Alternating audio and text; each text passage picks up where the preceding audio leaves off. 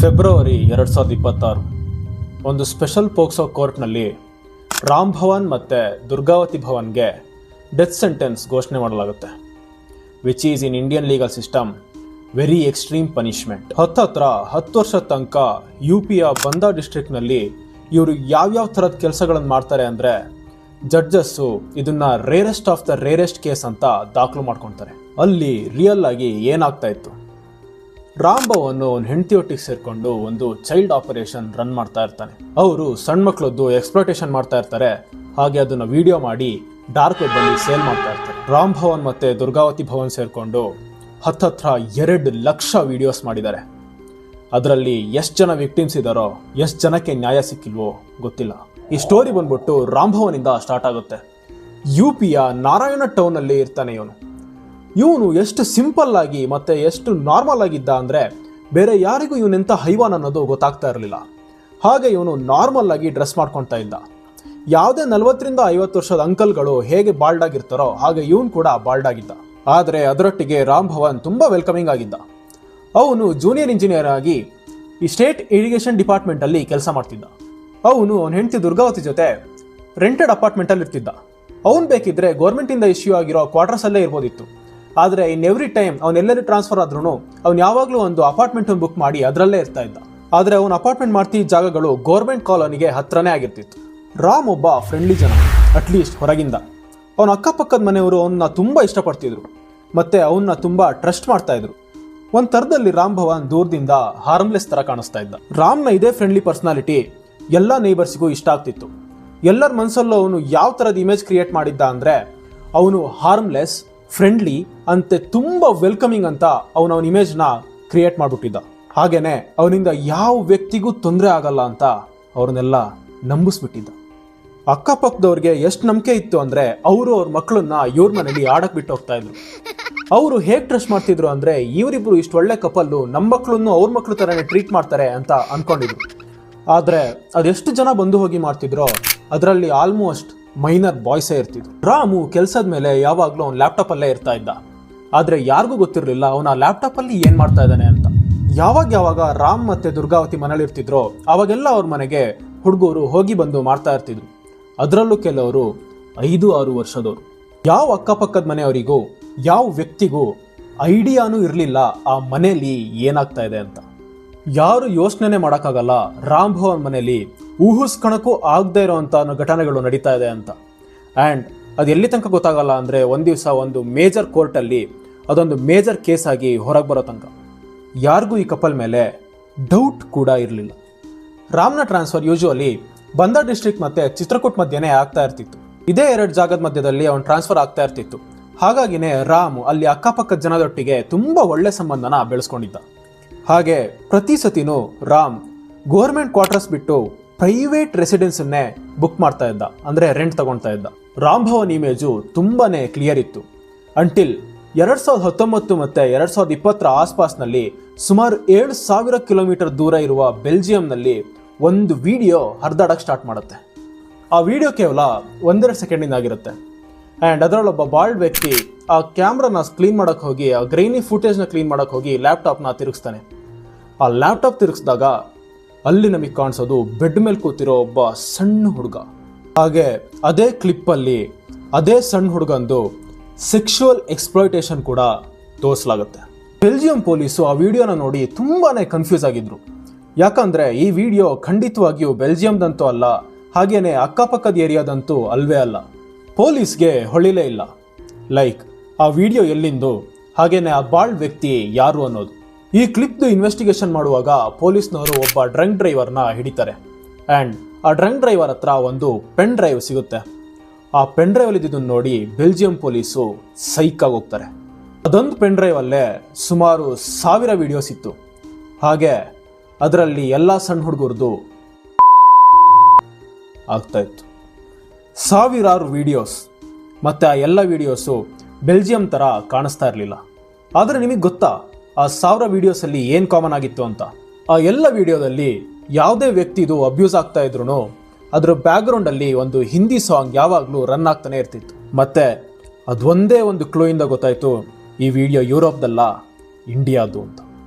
ಆದರೆ ಒಂದು ಫ್ಯಾಕ್ಟ್ ಏನಂದರೆ CSAM child sexual abuse material ಬೆಲ್ಜಿಯಮಲ್ಲಿ ಇಲ್ಲಿಗಲ್ ಮತ್ತು ಅದು ತುಂಬಾ ಸೀರಿಯಸ್ ಆಗಿರುವಂಥ ಕ್ರಿಮಿನಲ್ ಅಫೆನ್ಸ್. ಹಾಗಾಗಿ ಬೆಲ್ಜಿಯಂ ಪೊಲೀಸು ಇದನ್ನು ಇಂಟರ್ಪೋಲ್ಗೆ ಹ್ಯಾಂಡ್ ಓವರ್ ಮಾಡ್ತಾರೆ. ಯಾಕಂದರೆ ಫಾರ್ ಇಂಟರ್ನ್ಯಾಷನಲ್ ಟ್ರೇಸಿಂಗ್ ಆ್ಯಂಡ್ ಯಾವ್ಯಾವ ವಿಕ್ಟಿಮ್ಸ್ ಅಲ್ಲಿ ಭಾಗಿಯಾಗಿದ್ದಾರೋ ಅವರಿಗೆಲ್ಲ ನ್ಯಾಯ ಸಿಗೋಕ್ಕೋಸ್ಕರ ಅರೌಂಡ್ 2020ರಲ್ಲಿ ಇಂಟರ್ಪೋಲ್ ಅವರು ಈ ಎಲ್ಲ ವಿಡಿಯೋಸ್ನ ಇಂಡಿಯನ್ ಅಥಾರಿಟೀಸ್ಗೆ ಹ್ಯಾಂಡ್ ಓವರ್ ಮಾಡ್ತಾರೆ.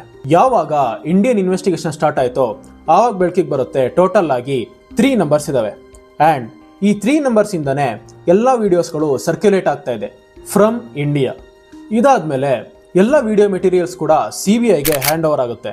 ಬಿಕಾಸ್ ಇದು ಬೆಲ್ಜಿಯಂ ಪೊಲೀಸಿಂದ ಇಂಟರ್ಪೋಲ್ಗೆ ಹಾಗೆ ಇಂಟರ್ಪೋಲಿಂದ ಡೈರೆಕ್ಟಾಗಿ CBI ಸಿಕ್ಕಿದ್ರಿಂದ CBIಗಳ ಮೇಲೆ ಇಂಟರ್ನ್ಯಾಷನಲ್ ಪ್ರೆಷರ್ ತುಂಬ ಹೆವಿ ಆಗಿರುತ್ತೆ. ಇದರಿಂದ ಇನ್ವೆಸ್ಟಿಗೇಷನ್ ಫುಲ್ಲು ಫಾಸ್ಟ್ ಟ್ರ್ಯಾಕ್ ಮಾಡ್ತಾರೆ. ಕೊನೆಗೆ 31st of October 2020ರಲ್ಲಿ ಒಂದು ಅಫಿಷಿಯಲ್ ಆಗಿರೋ FIR ಜಾರಿ ಆಗುತ್ತೆ. ಆ್ಯಂಡ್ ಈ 3 ನಂಬರ್ನ ಟ್ರೇಸ್ ಮಾಡಿದಾಗ ಆ 3 ನಂಬರ್ಗಳು ಕೂಡ ಒಂದೇ ಅಡ್ರೆಸ್ಸಿಗೆ ಪಾಯಿಂಟ್ ಮಾಡ್ತಾ ಇರುತ್ತೆ. ಆ್ಯಂಡ್ ಆ ಅಡ್ರೆಸ್ ಬಂದ್ಬಿಟ್ಟು UPಲಿರುತ್ತೆ. ಇದರಿಂದ ಒಂದಂತೂ ಕ್ಲಿಯರ್ ಆಗುತ್ತೆ, ಒಂದು ಪ್ರೈವೇಟ್ ರೆಸಿಡೆನ್ಸಲ್ಲೇ ಈ ಎಲ್ಲ ರೀತಿಯ ಅಬ್ಯೂಸ್ಗಳು ನಡೀತಾ ಇದೆ ಅಂತ. ಅಲ್ಲಿಂದನೇ ವಿಡಿಯೋ ಮಾಡ್ತಾ ಇದ್ದಾರೆ ಮತ್ತೆ ಅಲ್ಲಿಂದನೇ ವಿಡಿಯೋಸ್ನ ಸರ್ಕ್ಯುಲೇಟ್ ಮಾಡ್ತಾ ಇದ್ದಾರೆ ಅಂತ. ಇದೆಲ್ಲ ಆದಮೇಲೆ CBI ಟ್ರೇಸ್ ಆಗಿರೋ ಲೊಕೇಶನ್ಸಿಗೆ ಹೋಗ್ತಾರೆ ಆ್ಯಂಡ್ ಆ ಮನೆಗೂ ಹೋಗ್ತಾರೆ. ಮನೆಗೆ ಹೋದ ತಕ್ಷಣ ಅವರು ಎದುರಿಗೆ ನಿಂತ್ಕೊಂಡು ಬಾಗಿಲು ತರ್ತಾರೆ ಮತ್ತೆ ಬಾಗಿಲು ಕೂಡ ತೆಗೆಯುತ್ತೆ. ಅಲ್ಲಿ ದುರ್ಗಾವತಿ ನಿಂತಿರ್ತಾಳೆ. ಹಾಗೆ CBI ಅವರು ದುರ್ಗಾವತಿನ ನೋಡ್ತಾರೆ. ಹಾಗೆ ಒಳಗಡೆ ರಾಮ್ನು ನೋಡ್ತಾರೆ. ಆಮೇಲೆ ಒಂದು ಸತಿ ಮನೇನ ಕೂಡ ನೋಡ್ತಾರೆ. ಆ್ಯಂಡ್ ಅವರು ಫುಲ್ಲು ಶಾಕ್ಗೆ ಹೋಗ್ತಾರೆ. Because that was the decent house ever. ಅವ್ರಿಗೆ ಅನ್ಸಕ್ಕೆ ಸ್ಟಾರ್ಟ್ ಆಗುತ್ತೆ ನಾವೇ ಎಲ್ಲಾದರೂ ಮಿಸ್ ಆಗಿ ಅಡ್ರೆಸ್ ತಪ್ಪಿಸ್ಕೊಂಡೇನೋ ಅಂತ. ಬಿಕಾಸ್ ಇಷ್ಟು ಒಳ್ಳೆ ಮನೆ, ಇಷ್ಟು ಒಳ್ಳೆ ಆಂಟಿ ಮತ್ತು ಈ ಥರ ಡೀಸೆಂಟ್ ಫ್ಯಾಮಿಲಿ, ನಾರ್ಮಲ್ ಆಗಿರೋ ಫ್ಯಾಮಿಲಿ ಈ ಥರದ ಕೆಲಸನ ಮಾಡೋಕ್ಕೆ ಸಾಧ್ಯನೇ ಇಲ್ಲ ಅಂತ. ಈ ಅಂಕಲ್ ಆಂಟಿಗೆ ನಾಲೆಡ್ಜ್ ಎಲ್ಲಿಂದ ಇರುತ್ತೆ ಆ್ಯಂಡ್ ಇದನ್ನು ಸರ್ಕ್ಯುಲೇಟ್ ಮಾಡುವಂಥ ಬುದ್ಧಿ ಎಲ್ಲಿಂದ ಬರುತ್ತೆ ಮತ್ತು ಡಾರ್ಕ್ ವೆಬ್ಬಲ್ಲಿ ಸೇಲ್ ಮಾಡುವಂತಹ ಶಕ್ತಿ ಮತ್ತು ಅದ್ರಿಗೆ ಬೇಕಾಗಿರೋ ನಾಲೆಡ್ಜು ಇವ್ರಿಗೆ ಹೇಗೆ ಸಿಗುತ್ತೆ ಅಂತ CBIಗಳ ತಲೆಯಲ್ಲಿ 100 ಕ್ವಶನ್ಸು ಕಂಟಿನ್ಯೂಸ್ ಆಗಿ ರನ್ ಆಗೋ ಸ್ಟಾರ್ಟ್ ಆಗುತ್ತೆ. ರಾಮ್ ಮತ್ತು ದುರ್ಗಾವತಿ ಮೇಲೆ ಡೌಟ್ ಕಮ್ಮಿ ಆಗುತ್ತೆ. ಆದರೂ 1-2% ಡೌಟ್ ಇದ್ದಿದ್ದರಿಂದ ಅವ್ರ ಇನ್ವೆಸ್ಟಿಗೇಷನನ್ನು ಜಾರಿಲಿಡ್ತಾರೆ. CBIಗಳು ರಾಮ್ ಮತ್ತು ದುರ್ಗಂದು ಪಾಸ್ಟ್ನ, ಅವ್ರ ಡಿವೈಸಸ್ನ, ಅವ್ರ ಮನೆನ, ಹಾಗೆ ಅವ್ರ ಅಸೋಸಿಯೇಟ್ಸ್ನ, ಹಾಗೆ ಎವ್ರಿಥಿಂಗ್ ಅದೆಲ್ಲದನ್ನು ಅವ್ರು ಇನ್ವೆಸ್ಟಿಗೇಟ್ ಮಾಡೋಕ್ಕೆ ಸ್ಟಾರ್ಟ್ ಮಾಡ್ತಾರೆ. ಯಾವಾಗ ಮನೆನ CBIಗಳು ಮೇಲೆ ಕೆಳಗೆ ಮಾಡಿದ್ರೋ ಆವಾಗ ಅವ್ರಿಗೆ ಗೊತ್ತಾಯಿತು ಈ ಅಂಕಲ್ ಆಂಟಿನೇ ಎಲ್ಲ ಆಟಗಳನ್ನು ಆಡ್ತಾ ಇದ್ದಾರೆ ಅಂತ. ಪೂರ್ತಿ ಇನ್ವೆಸ್ಟಿಗೇಟ್ ಆದಮೇಲೆ ಫೈನಲಿ 17th November 2020ರಲ್ಲಿ ರಾಮ್ ಭವಾನ್ ಮತ್ತು ದುರ್ಗಾವತಿದು ಅರೆಸ್ಟ್ ಮಾಡಲಾಗುತ್ತೆ. ಆದರೆ ಇದಾದ್ಮೇಲೆ ಆ್ಯಕ್ಚುಯಲ್ ಪ್ರಶ್ನೆ ಏನಂದರೆ ಅವರಿಬ್ಬರು ಅಲ್ಲಿ ಆ್ಯಕ್ಚುಲಿ ಏನು ಮಾಡ್ತಾ ಇದ್ರು? ನಾನು ಮೊದಲೇ ಹೇಳ್ದಂಗೆ ರಾಮ್ ಬರೀ 2 ಪ್ಲೇಸ್ಗೆ ಟ್ರಾನ್ಸ್ಫರ್ ತಗೊಳ್ತಾ ಇದ್ದ. ಲಾಸ್ಟ್ 10 ವರ್ಷದಿಂದ ಅವನು ಬರೀ ಚಿತ್ರಕೂಟ ಮತ್ತು ಬಂದಾ ಡಿಸ್ಟ್ರಿಕ್ಟ್ನ ಮಧ್ಯೆ ಟ್ರಾನ್ಸ್ಫರ್ ತಗೊಳ್ತಾ ಇದ್ದ. ಈ 10 ವರ್ಷದಲ್ಲಿ ಅವನು ಅಲ್ಲಿನ ಪೂರ್ತಿ ಏರಿಯಾ, ಲೊಕ್ಯಾಲಿಟಿ, ನೇಬರ್ಸ್ ಮತ್ತು ಪೂರ್ತಿ ಜನಗಳನ್ನು ಅರ್ದು ಕುಡಿದು ಬಿಟ್ಟಿದ್ದ. ಹಾಗೆ ರಾಮ್ಗೆ ಗೊತ್ತಿತ್ತು ಯಾವ ವಿಕ್ಟಿಮ್ಸ್ನ ಟಾರ್ಗೆಟ್ ಮಾಡಬೇಕು ಅಂತ.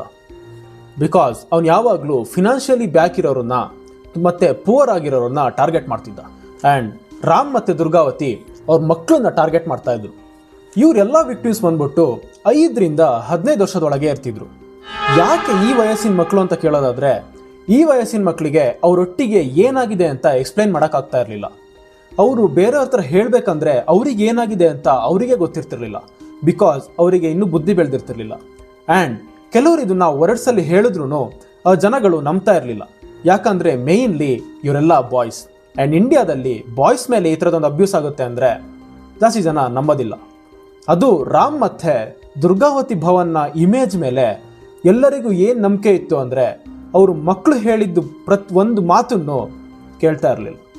ಸ್ಟಾರ್ಟಿಂಗಲ್ಲಿ ವಿಕ್ಟಿಮ್ಸ್ನ ಅಟ್ರಾಕ್ಟ್ ಮಾಡೋದಕ್ಕೆ ರಾಮ್ ಮತ್ತು ದುರ್ಗಾವತಿ ತಿನ್ನಕ್ಕೆ ಕೊಡ್ತೀವಿ, TV ನೋಡ್ಬೋದು ಆ್ಯಂಡ್ ನಿಮಗೆ ಮೊಬೈಲ್ಸ್ ಕೂಡ ಕೊಡ್ತೀವಿ ಅಂತ ಆಫರ್ ಮಾಡ್ತಾಯಿದ್ರು.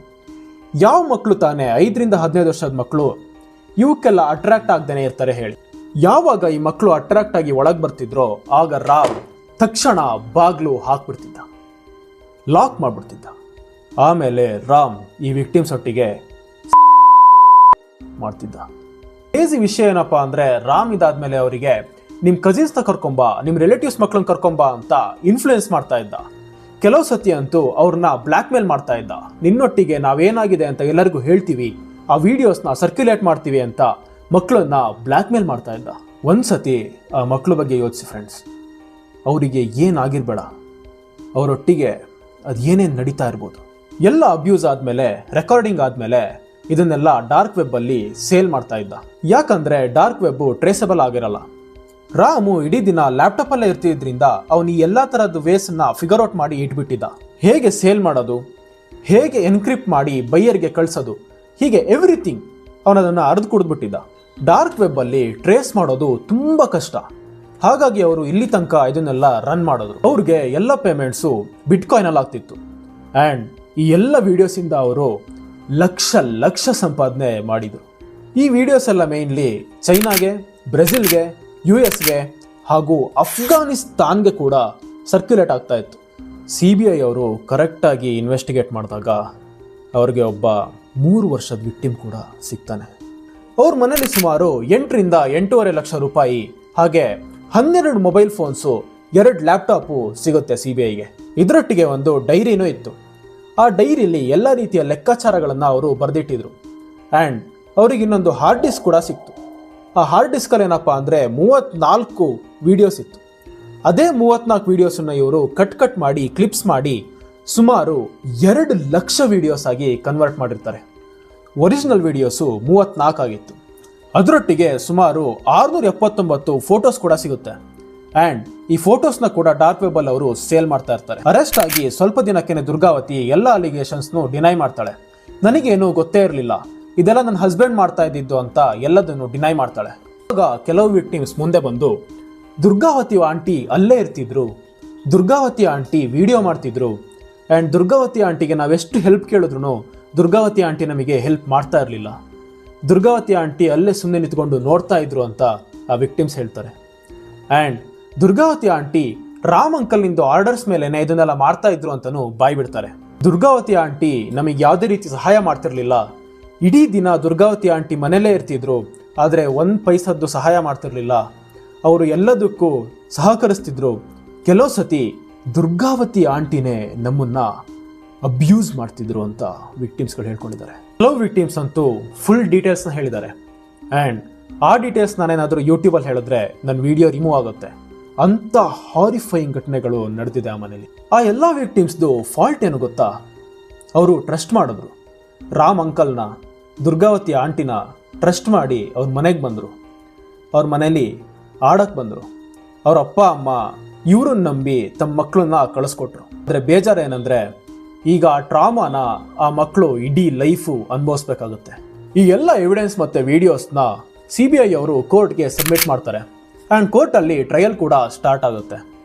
ಸೊ CBI ಅವರು ಈ ಕೇಸ್ಗೆ ಸಂಬಂಧಪಟ್ಟಂತೆ ಸುಮಾರು 700 ಪೇಜಿಂದು ಕೇಸ್ ರಿಪೋರ್ಟ್ ರೆಡಿ ಮಾಡ್ತಾರೆ. ಹತ್ತತ್ರ 30 ರಿಂದ 35 ವಿಕ್ಟಿಮ್ಸ್ ಇದರಲ್ಲಿ ಭಾಗಿಯಾಗಿರ್ತಾರೆ. ಸುಮಾರು 35 ವಿಡಿಯೋಸ್ ಮತ್ತು ಹತ್ತತ್ರ 700 ಫೋಟೋಸು ಜೊತೆಗೆ ವಿಕ್ಟಿಮ್ಸ್ ಇಂದು ಸ್ಟೇಟ್ಮೆಂಟ್ಸನ್ನು ಕೂಡ ಇವರು ರಿಪೋರ್ಟ್ಗೆ ಆ್ಯಡ್ ಮಾಡಿರ್ತಾರೆ. ಸುಮಾರು ವರ್ಷ ಆದಮೇಲೆ ರಾಮ್ ಭವನ್ ಮತ್ತು ದುರ್ಗಾವತಿಗೆ ಡೆತ್ ಸೆಂಟೆನ್ಸ್ ಇಶ್ಯೂ ಆಗುತ್ತೆ. ಆ್ಯಂಡ್ ಕೋರ್ಟ್ನ ಹಿಯರಿಂಗ್ನ ಎಂಡಲ್ಲಿ ಅವ್ರು ಹೇಳ್ತಾರೆ, ಈ ವಿಕ್ಟಿಮ್ಸಿಗೆಲ್ಲರಿಗೂ 10 ಲಕ್ಷದ ತನಕ ಸಪೋರ್ಟ್ ಕೊಡ್ತೀವಿ, ಹಾಗೇನೆ ಅವರಿಗೆ ಯಾವುದೇ ರೀತಿಯ ಸಹಕಾರ ಬೇಕಿದ್ರೂ ಕೊಡ್ತೀವಿ ಅಂತ. ಹಾಗೆ ಆ ಮನೇಲಿ ಸಿಕ್ಕಿದ್ದು 8 ರಿಂದ 8.5 ಲಕ್ಷನ ಎಲ್ಲರ ಮಧ್ಯ ಈಕ್ವಲಿ ಡಿಸ್ಟ್ರಿಬ್ಯೂಟ್ ಕೂಡ ಮಾಡ್ತಾರೆ. ಇದೆಲ್ಲ ಆದಮೇಲೆ ತಲೆಯಲ್ಲಿ ಒಂದೇ ಒಂದು ಕ್ವಶನ್ ಉಳಿಯುತ್ತೆ, ಇನ್ನೂ ಅದೆಷ್ಟು ಜನ ವಿಕ್ಟಿಮ್ಸು, ಅದೆಷ್ಟು ಜನ ಮನನೊಂದಿರೋರು ಇದ್ದಾರೆ ಅಂತ. ನೆಕ್ಸ್ಟ್ ವಿಡಿಯೋದಲ್ಲಿ ಇನ್ನೊಂದು ಕೇಸ್ ಒಟ್ಟಿಗೆ ಸಿಗ್ತೀನಿ. ನಾನು ಸೃಜಾ, ಸೈನಿಂಗ್ ಔಟ್.